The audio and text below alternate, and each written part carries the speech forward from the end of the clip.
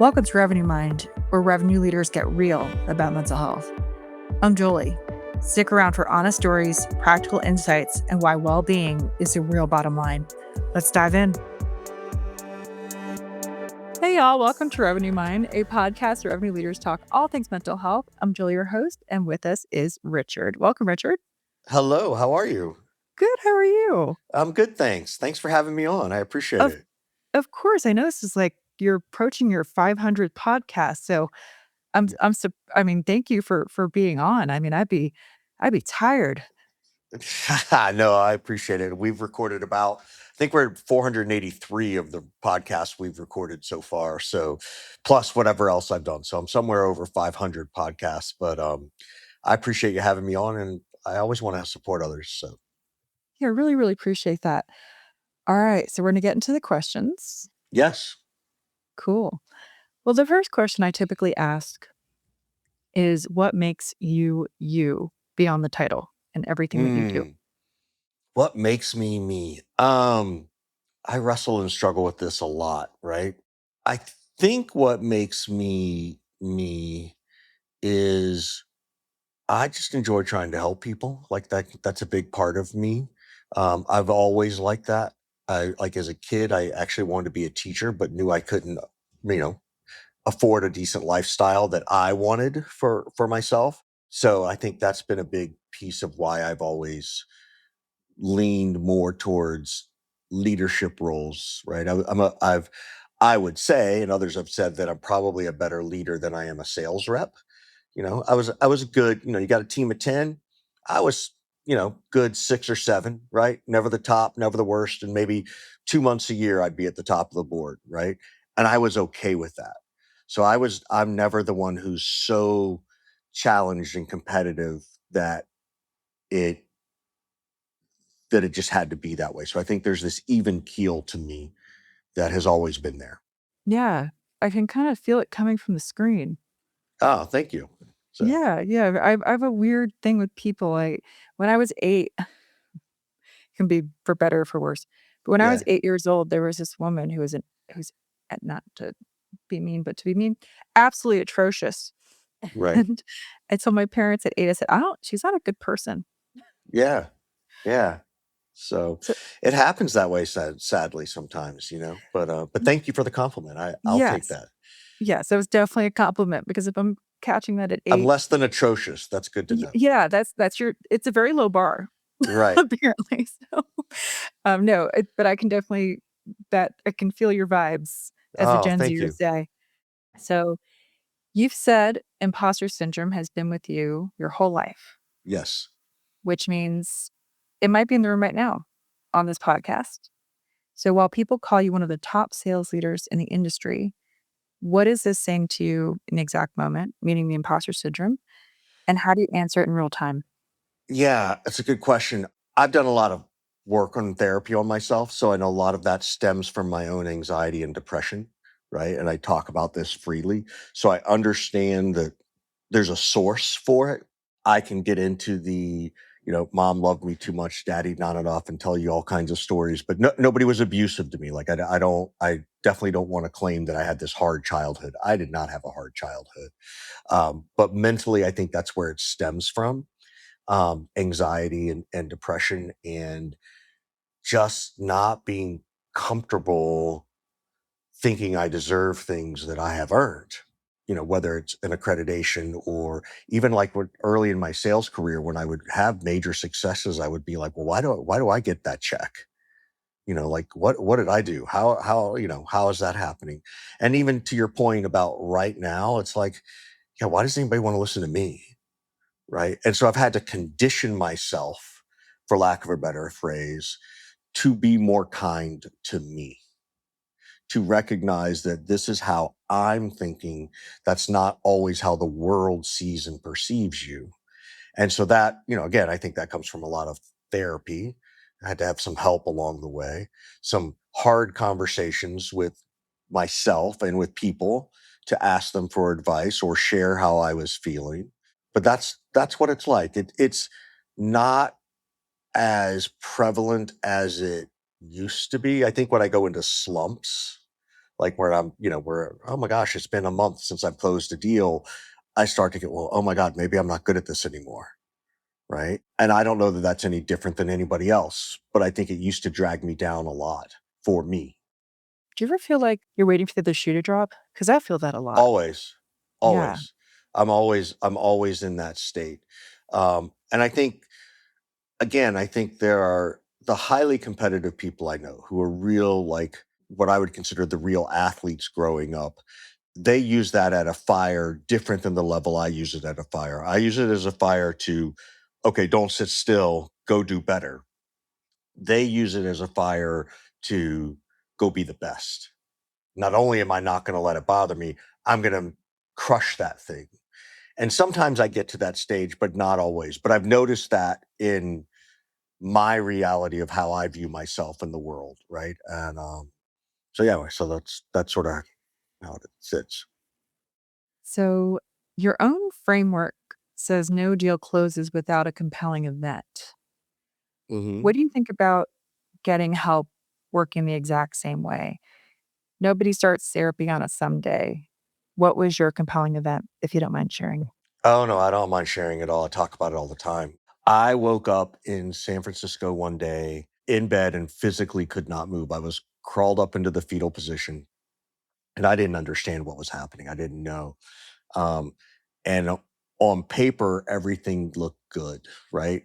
I was living in San Francisco in a great neighborhood, single, had my own apartment, no roommate, which was not easy to do, right? Had a great job, but I was just miserable.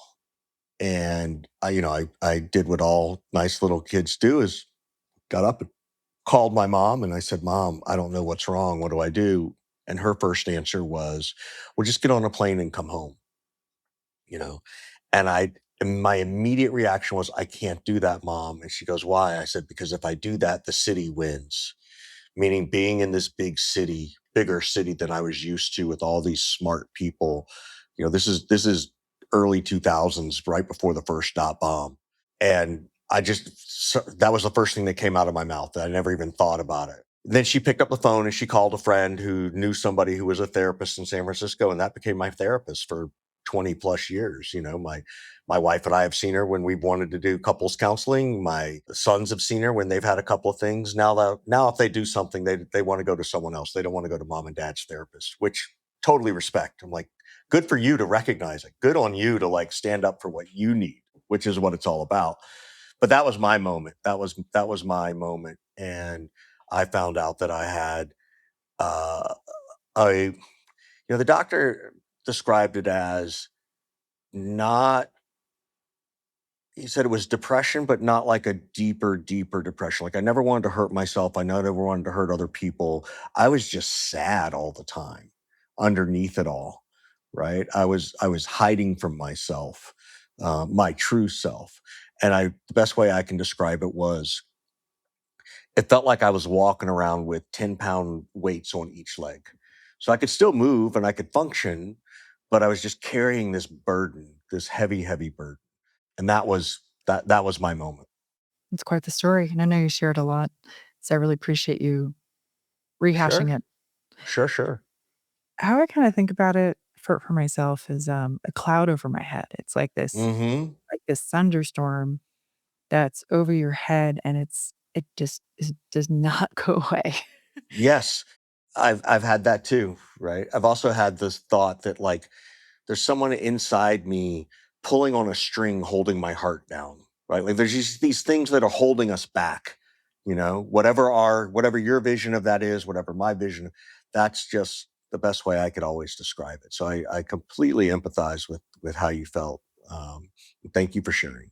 I also have this visual sometimes, I don't think I ever talked about it here on a podcast, but almost like maybe you can relate to this, but like toxins, kinda like a little graphic, but kinda No. like this toxicity, kinda like what you said, the person in your brain. Mine, I imagine like a black ooze, almost like Spider-Man's counterpart, Ooh. like a Mhm. venom Mhm. I get it. Yeah, in my yeah. brain, yeah, because 'cause I'm a nerd. I've never thought about it that way, but I know exactly what that feels like. So You talk about therapy and medication out loud, which is wonderful. I love that Mhm. you share your stories. It's in an industry that runs on, president's club photos and commission checks, yada, yada, yada. Two-part question. What did staying quiet cost you before you started talking? And what has talking cost you since? What made me stay quiet? Well, I think was the embarrassment. I didn't want to be one of those people, right? I thought only crazy people took medication, right? I thought that taking medication meant you would be institutionalized. And, you know, when I think of institution, I think One Flew Over the Cuckoo's Nest movie, not the healthy institutions that do exist. And I have never done a self therapy or self check in or been in an institution, but I applaud those who do go because that's what they need, right? And that's self care and self help, and I recognize that, but I think the embarrassment was a big part of it. Um, what has it cost me since then? I don't. I sometimes I don't know what it might have cost me. Like I don't maybe someone's chosen a competitor because they saw my story online, but they didn't tell me, right? Like they never told me. I started therapy when I was single because I was not a great dater, meaning I didn't date. I was afraid of it. Not that I was bad to women. Um, maybe because I started to learn how to talk about therapy. Maybe it scared somebody off along the way, but I'm married now, so that person clearly wasn't the right person, but they also didn't tell me, right? Like they didn't say that that was the issue. So maybe it cost me some things there. It has strengthened my relationship with my wife. It was one of the early things we discussed, and we both had admitted that we'd done therapy and recognized, wow, this person has the tools or the desire to get the tools if they need them. We've talked about therapy with my kids forever. So I think it's gained me that. So I don't know what I lost, but I think I've gained so much I don't even think about it. In fact, I've never until you asked me, nobody's ever asked me that question. I never thought about it that way. Has anyone ever used it against you? I don't it doesn't seem like they have. I don't think they have unless they were manipulating me and I didn't realize it. Right? That's for lack of a better phrase, in a good way, my therapist probably used it against me to get me to stop thinking that way. Right. But she did it in a positive way. If I really had to sit down and go, that's what they're doing is they're pulling levers to get you to shift your mind and shift your thinking. So, but I don't, to me, that's a positive outcome. That's great. I can definitely, as someone who's been in therapy for, almost 15 years now, I can Yeah. definitely sense that you've taken a lot from it Yes. just by the way you Yes. speak. Yeah. I have. I have. Thank you. Thank you. Of course. I tend to throughout my journey, I'd love to hear your sense on that or your take on this. I tend to think about peeling back the onion Hmm. in terms Hmm. of there's always not always something, but I would fix, quote unquote, Hmm. fix something and then something Exactly. else would pop up, peel that back, fix something, pop it up. Would love to hear your take on that.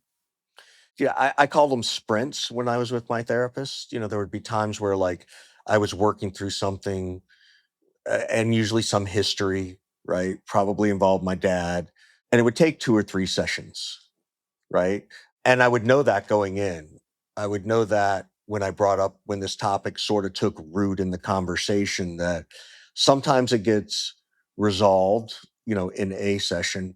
Sometimes it takes a session, then you got to go think about it some more and then come back and talk about what you were thinking about while about this situation. Right. So that's my interpretation of how you said it, and the joke is, particularly if I've got kids, I'll be like, oh, that's 6 weeks of therapy right there. Like, you know what I mean? Like, like that's I know that problem. That problem is going to take about 3 weeks. So to slap it around a little bit, I suppose. So But for me, that was also a relief because it meant that I was working on it. Like it was an indication that, okay, this is something that's really important. Like all joking aside, right? Like this is something that's important. I'm not afraid to discuss it anymore. I didn't even know I should be discussing it sometimes. And then I just knew there was a process and I had to work the process, you know, and that's how it worked for me. No, that's great. Actually, I just restarted. I don't think I was really ready for it, but EMDR, but it's essentially reprocessing memories. And instead Mhm. of them being fractured trauma, you blend Mhm. the memory. So you kind of build Mm. it back into a Mhm. quote unquote regular memory, your memory Mhm. bank. Mhm. So what's really interesting about it is you kind of gave me the thought that processing, and not that anything is ever going to be normal, but at the Mhm. very least, it's part of you and it doesn't define you. Yeah. Yes. I get it. Yeah. You've just got to. You can, as I like to say, you can put it in a box, wrap that box in duct tape, and put it in the back of the closet. It's still there, and I know it's there, and it's something that I learned from, but it doesn't need to be front and center. That's how I interpret what you just said. Because yeah, I think I've done many of that. Oh, for sure. Yeah, there's so many different techniques, in Mm. therapy, but that's just one name for Mhm. many. One thing I got when I had pretty severe anxiety, I got taught the reframe method. Mhm. That has Mhm. saved me. Yeah. Yeah. Yep. The Yep. thought, counter thought. Mhm. Yep. I did that in my therapist, she would call it double chair work, where I would have the conversation with my father and I literally had to get up and move from one chair to the other to respond as him and my mom too sometimes. It's not all about my dad. To figure that piece out so that I could reframe this conversation. I find it so psychologically interesting how Mhm. sometimes it's really tough. It's not easy. Number 1, it's not easy to feel that way, and I think people who go to therapy are really brave because Yeah. everyone, like you mentioned, like, everything's in a box in the back of the room, but it's or Mhm. back of the closet, but it's still there, and Mhm. people can either choose to address it and Mhm. have a very, be content, have a sense of self, even when everything's a pardon my French, clusterfuck around them, Mhm. Mhm. or they can put everything under the rug. So it Yep. just I really respect, and I don't think someone needs to really have some sort of, you know, diagnosis to have Agreed. trauma. Yeah. I agree. Everybody's got something, I think my cousin, said it great once. She told me, she's like, "Look, the happiest people I know go to therapy." And I was like, "Oh, that's so true." Like if you really go to therapy and you dive in, you actually do come out happier, right? Like it's you get out of it what you put into it. So it's worth every bit of it. Exactly. My therapist the other day said, You did a great job today." I'm like, "I didn't know I could be good at therapy." Right. So I don't know if you've ever uh, gotten that, but I I've did gotten that. I somewhere along the lines in my first couple of therapy sessions, my therapist, I think she could tell early on that I really wanted to solve this. Like I, there would be times I'd go to therapy and be like, I don't know what to talk about today. And she would just sit there and just, something would finally come up and you'd be like, wow, I didn't know that was going to happen today. Right. But when I first started therapy, at some point, she looked at me and she says, you know what? I think we're going to have a lot of fun with this. And for me, that helped because I have a sarcastic wit, sense of humor. And to know that it could be fun was a little bit of a relief. Like it was like, oh, this isn't me laying on the sofa in some Freudian approach of all this stuff and, you know, yeah, thinking it through some negative light. And so that hooked me a little bit better. And somehow she knew that's what I needed to hear at the right moment at the right time. Yeah, you get those weird comments from your therapist that are like, oh, okay, I am good at this, right? Some of that validation I think we're often looking for.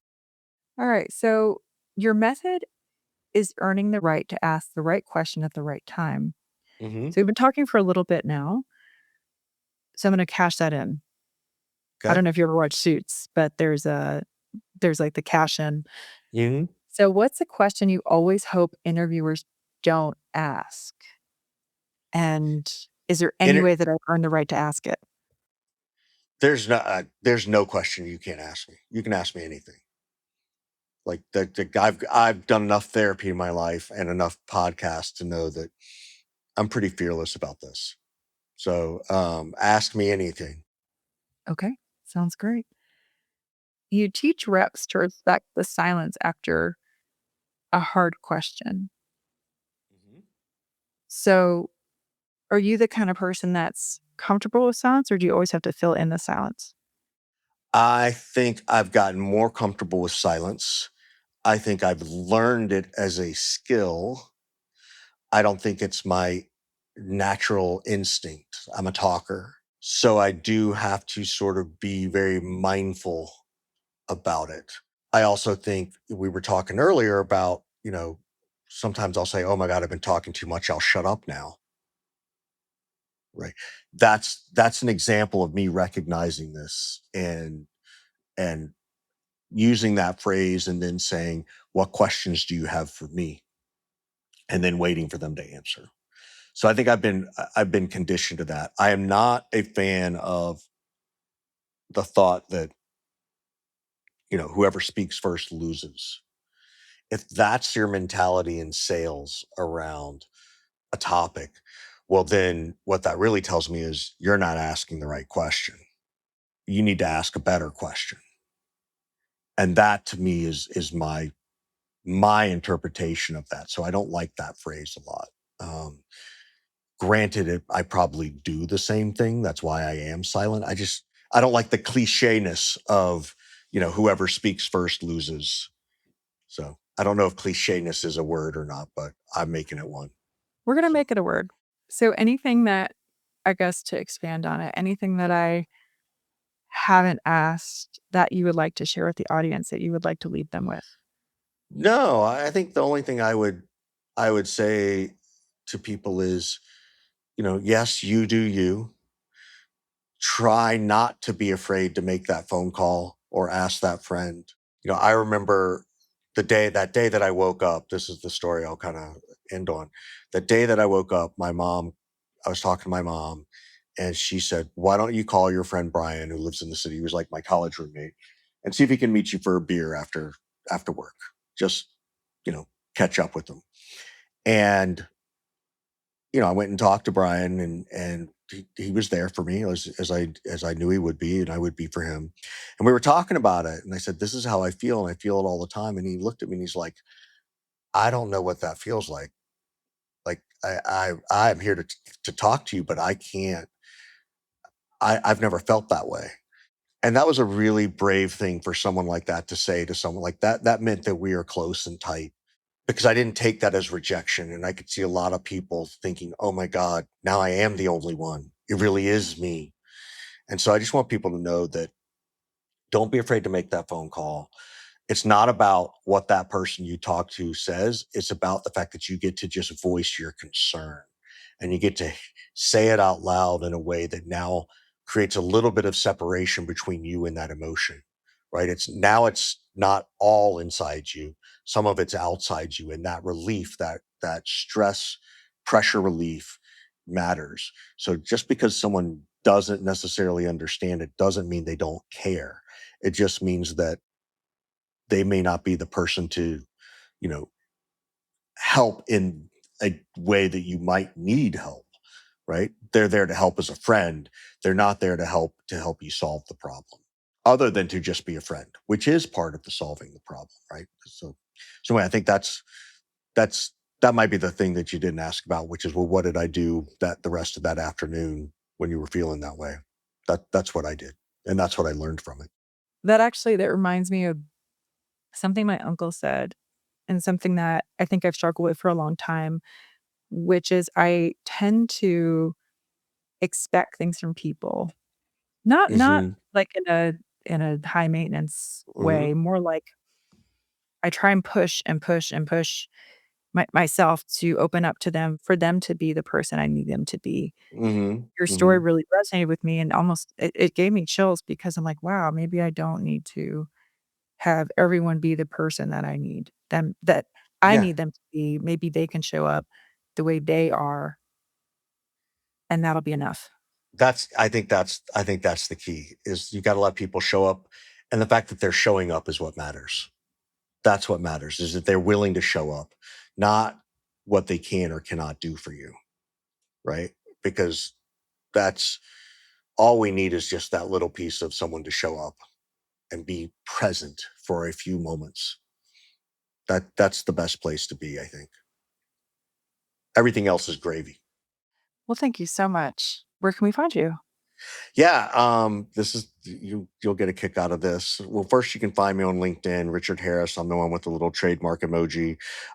But 415-596-9149, 415-596-9149. That's my real cell phone number, because it's the only number my kids reach out to me to talk to me, especially when they need money. So, yes, I will take a text. I will take a phone call. It's probably best to text me ahead of time to say you heard me on the revenue mind, so I know some context coming from it. But yeah, hit me up anytime. I'm happy to talk about sales, life, mental health, status of sales and mental health, all those things. I think that's one of the probably the best closer I've ever had, so I Oh, really thanks. appreciate that. My Thank pleasure. you. I will tell you, it's always my closer. Nobody ever calls. Nobody ever texts. Nobody ever writes. It's hilarious. Like, I put it out there just as a joke, and I'm like, oh my God. And someone's like, we get like 20,000 downloads. I'm like, yeah, nobody will call me. Don't worry. They're like, really? I'm like, yeah, nobody does. So, you know, Awesome, well, thank you so much. yeah, no problem. Thank you for having me. I appreciate it. Thanks for taking the time to like have a different kind of sales conversation. I appreciate that. I respect it a lot. Thank you, I appreciate that. That's a wrap for Revenue Mind, where we cut the BS and spotlight mental health and revenue leadership. I'm Jolie, reminding you your mindset is your competitive edge. Thanks for listening. See you next time.